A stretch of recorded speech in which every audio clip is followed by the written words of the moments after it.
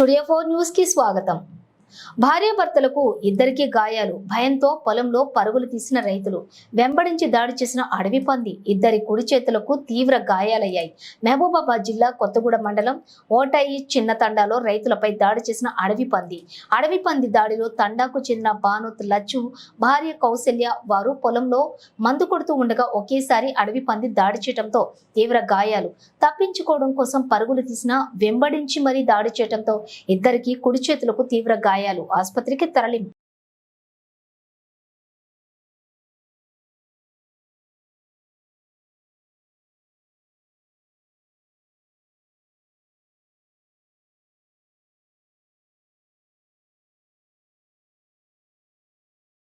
పంపు కొట్టేదాన్ని పోయినాం.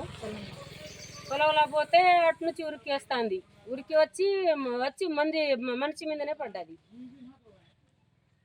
ఎక్కడ ఎప్పుడు? 14 గడ్డ పొలంలో.